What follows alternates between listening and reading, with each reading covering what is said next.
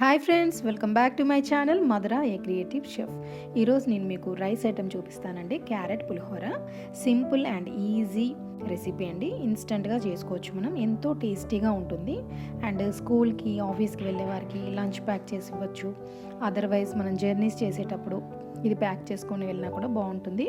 చల్లరినా కూడా చాలా టేస్టీగా ఉంటుందండి. ఒకసారి మీరు ట్రై చేయండి. మనం దీనికి కావాల్సిన పదార్థాలు, రెసిపీ ఏంటో చూసేద్దాం. Let's go. ఇంగ్రీడియంట్స్: క్యారెట్ తురుము 1 కప్పు, పచ్చిమిర్చి 2, కొత్తిమీర కొద్దిగా, జీడిపప్పు లేదా పల్లీలు, ఆవాలు, జీలకర్ర, మినప్పప్పు, నిమ్మకాయ 1. ఇప్పుడు నేను చెప్పిన ఇంగ్రీడియంట్స్ అన్నీ ఒక ఇద్దరికి చేసేటప్పుడు అండి. ఒకవేళ మీ ఇంట్లో ఫ్యామిలీ మెంబర్స్ని బట్టి మీరు ఇంగ్రీడియంట్స్ని ఎక్కువ తక్కువలు చేసుకోవచ్చు. ఇప్పుడు మనం ప్రిపరేషన్ చూద్దాం. ఇప్పుడు మనం ప్యాన్ పెట్టుకొని ఆయిల్ హీట్ చేసుకోవాలండి.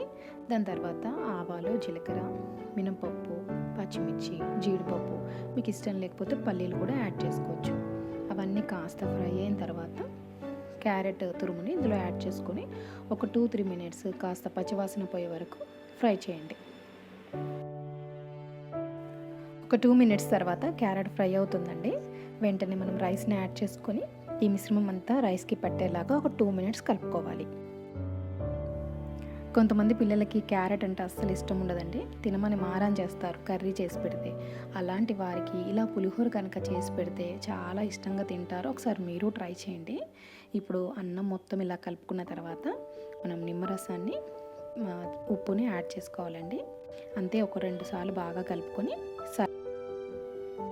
అంతేనండి. ఒక 2 సార్లు కలుపుకున్న తర్వాత మనం సర్వింగ్ బౌల్లోకి తీసుకోవచ్చు. ఇది రెడీ అయిపోయింది.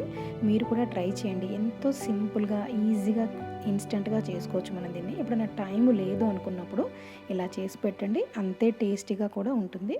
మీరు తప్పక ట్రై చేస్తారు కదా. మీకు ఎలా వచ్చిందో మీకు కామెంట్స్ చేయండి.